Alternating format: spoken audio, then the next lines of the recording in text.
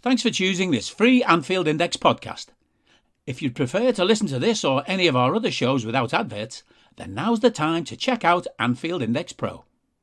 With AI Pro, you can supercharge your entire listening experience. You'll not only get all of our podcasts without the ads, but you'll have them far faster with our quick publish feature available exclusively for subscribers. AI Pro also puts you in the heart of our sound studio, with an option to listen to many of our shows live and interact with the podcasters in real time as the shows are recording. Upgrading couldn't be easier. AI Pro is available on all popular podcast platforms, and we have our own apps for Apple and Android. Just head on over to AnfieldIndexPro.com and get started today.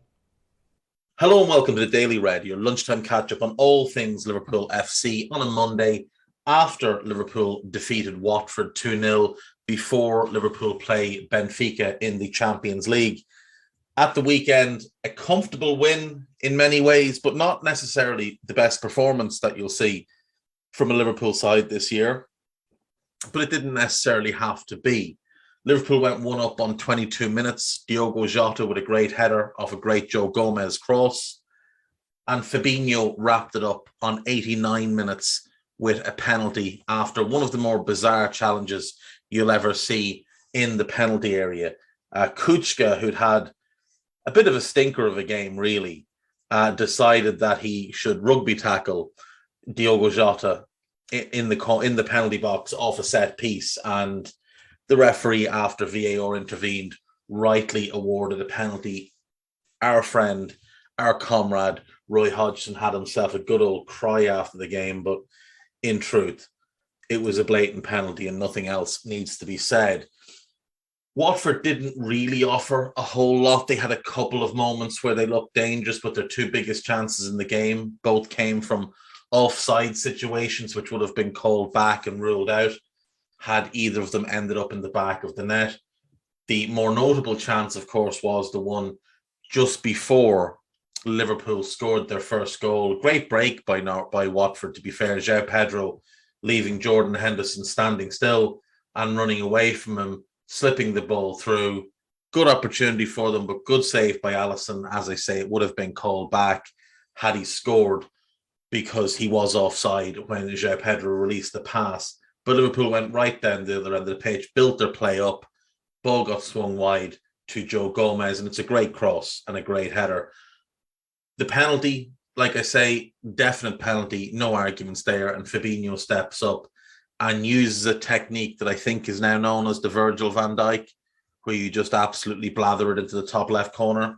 As you look at it, the top right corner from the keeper's perspective, absolutely brilliant penalty. And Fabinho, from when he came on, he didn't start in the game, obviously, from when he came on, was very, very good, offered a level of control that had been missing at times as Thiago seemed to be playing in midfield by himself, with both Jordan Henderson and Curtis Jones turning in yet more poor performances from them. The Reds did line up with Alisson, Joe, Joel, Virgil, Andy Robertson, Curtis Jones, Henderson, and Thiago, Salah, Firmino, and Jota up front. Jota didn't have a great game, but scored a goal and won a penalty, so he obviously contributed massively. Bobby had a decent game. Salah had a really poor game. Salah was even worse than the two midfielders. Probably one of the worst performances he's had for Liverpool.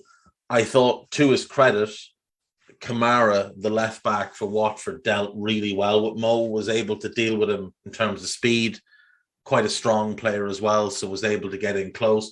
Mo still had his involvements, and he was involved in the build-up for our first goal, but he did struggle and he seemed to get frustrated. He was withdrawn on 67 for Sadio Mane. Liverpool went top after winning this game and stayed top for a couple of hours before City beat Burnley 2-0 to reclaim top spot. But the table still is what it was. Liverpool are second. They are only a point behind Manchester City. There is a 5-goal advantage for the Reds. They've scored 7 more, conceded only 2 less. Now have the second best defensive record in the Premier League after Chelsea shipped 4. against Brentford at home, which is, a little bit embarrassing for them. But 8 games left, and obviously we know what comes next. Next weekend, Liverpool take on Manchester City at the Etihad in a game that doesn't necessarily decide the Premier League title. If we win it, it's not over. If we lose, it could be over. If we draw, it just goes on. I've said before, I think they have a harder run-in than we do. Our next league games after City are United at home and Everton at home. That should be 2 wins. Then we go to Newcastle. Their form has fallen apart. They got walloped by Spurs at the weekend. They lost to a dreadful Everton team before that. Then we get Tottenham at home. Tottenham are much improved under Conte, but again, we should beat them. We go to Southampton. They're hit or miss. You don't know what you'll get from them. And then we play Wolves at home on the final day. We can always rely on Conor Cody to put through his own net at Anfield. So that's our run-in. And while it is difficult, there's plenty of reason to be optimistic that even with a draw against City, we can turn around and win our last 7. We also have to play Aston Villa at some point, but there's no chance that Stevie is going to steal the title from us. They're also fairly dreadful. Whereas you look at this City team, after they play us, they have to go to Wolves. That's difficult. They've got Brighton at home. They've got Watford at home. They've got to go to Leeds. They should win that game, but it'll be difficult enough. They get City at home. They have to go to West Ham. That's going to be a really daunting game for them because they're going to have to win that one if we're right on their heels.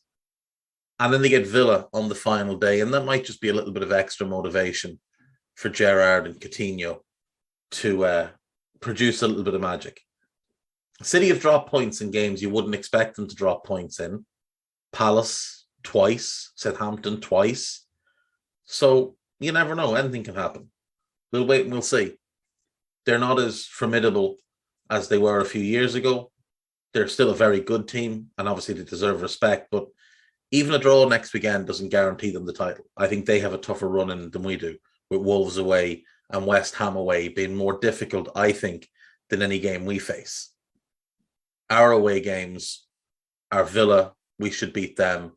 Southampton, we should beat them. Newcastle, we should beat them. Our more challenging games are at home in front of a packed Anfield. That favours us, in my view. So we'll wait and we'll see. Let's move around the main Liverpool sites. Naby Keita is back in full squad training, despite claims from the London Evening Standard that he was a major doubt to face Benfica. It seems like he was just left out of the squad at the weekend as precaution. I would imagine if he's fit, he will start against Benfica with Thiago rested ahead of City on Sunday. Mo Salah's slump gives Liverpool big decision to make for defining week. There's no decision to make. Mo Salah must start because he is one of the best players in the world, and a slump is just that. It is a slump. He will come out of it. Great news for Liverpool's women's team. They sealed promotion back to the top flight with a 4-2 win at the weekend over Bristol City. Missy Kearns with the 4th and final goal to confirm Liverpool's promotion with 3 games left. So massive congratulations to them. That is absolutely well deserved. They have been outstanding this season. Dirk Kuyt warns Liverpool of typical Portuguese approach from Benfica. I do hope he's not suggesting that they'll dive a lot. We played a few Portuguese teams, and it's always difficult because they want one thing, and that's to win. It doesn't matter for them how they win, and most of the time it's pretty intense and pretty defensive. Well, that's not been the case when we've played Portuguese teams, and I would say, with respect to Dirk, it's more relevant how Liverpool have played in recent years against Portuguese teams than during the time that he was at the club. Ralph Rangnick says United need 2 to 3 windows to catch Liverpool. I would say they need a lot more than that, personally. I would say they need a lot more than that.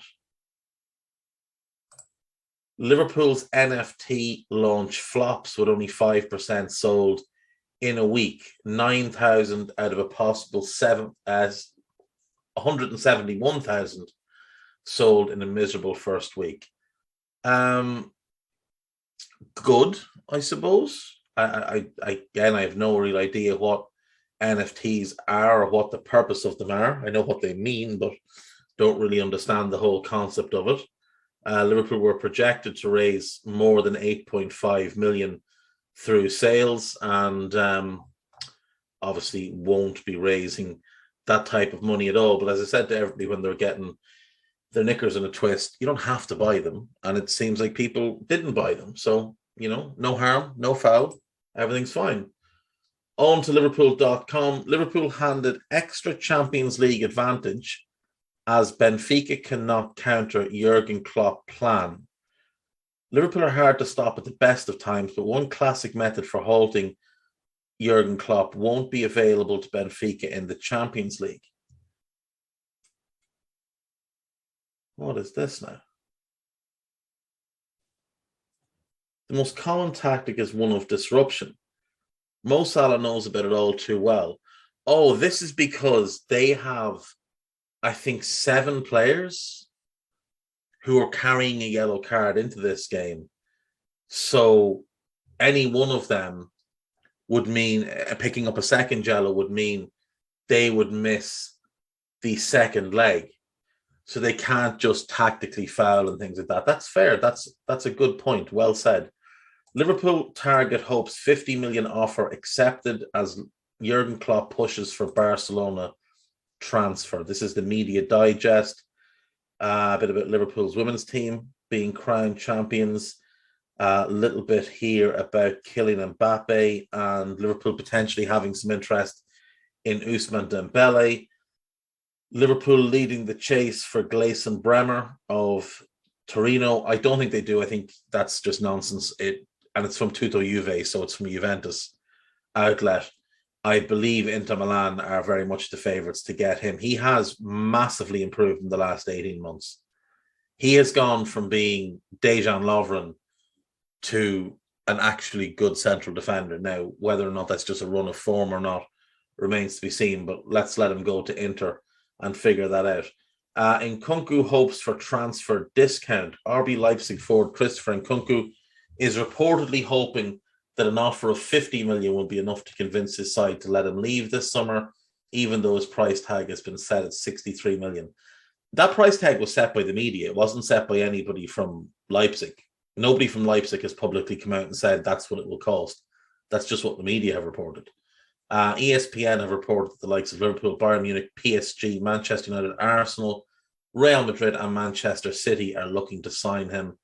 He has been ridiculously good this season.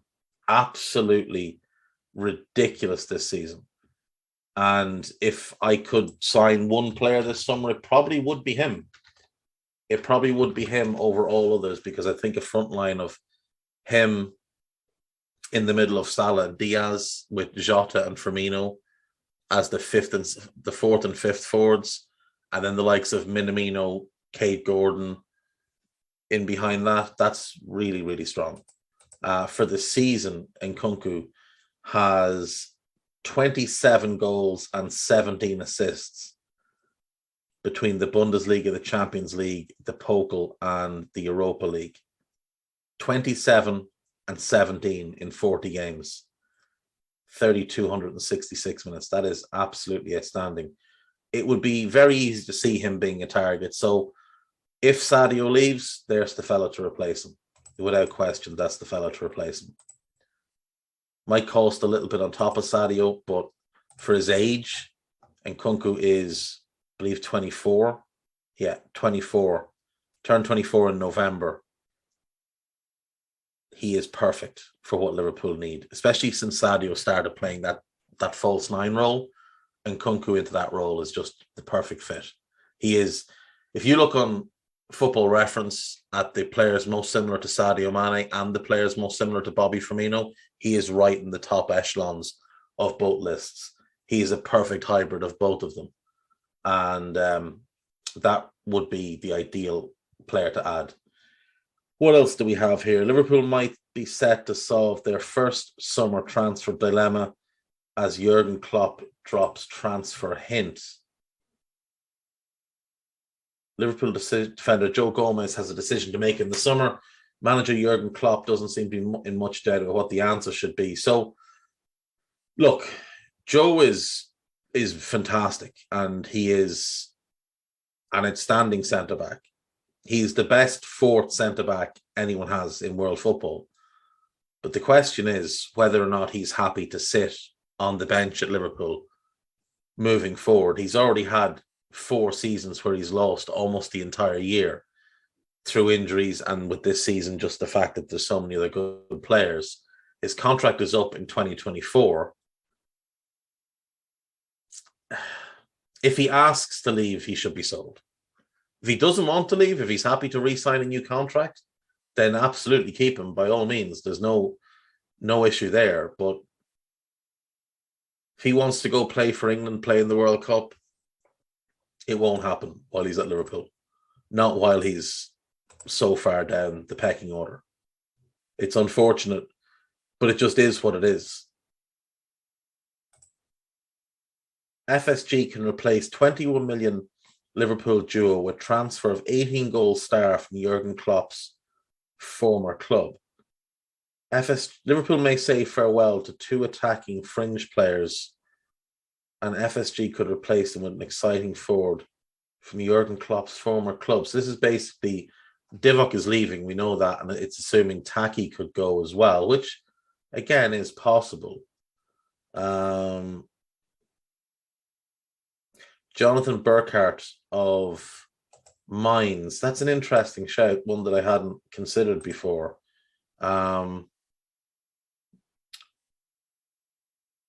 He's a decent player. I don't know if he's ready to come to a club like Liverpool, but certainly he's very, very talented. 12 goals, 14 assists. 12 goals and 4 assists in 2,270 minutes this year. 9-3 in the Bundesliga alone. Can play all across the front three. Does like to play that central role. I doubt he's someone we'd go for, but he's certainly worth consideration. That's absolutely the case. Liverpool we have a bunch of articles here on AnfieldIndex.com. Let me just open these up and see what's going on. So, there is one by Sam Maguire. Should Liverpool be interested in Ismail Assar? Another by Sam Maguire. Should Liverpool be interested in Yuri Tielemans? Another by Sam Maguire. Should Liverpool be interested in Emmanuel Dennis? And then we have, should Liverpool move for Karim Adeyemi? So Maguire is ramping up the transfer speculation articles. Good to see. Give those a read when you get a chance. There's a piece here entitled A Crucial Week Ahead, written by Stephen Smith. So do check that one out. Podcast-wise, there was Post-Match Raw, Trev, Jim and Harry on the Watford game.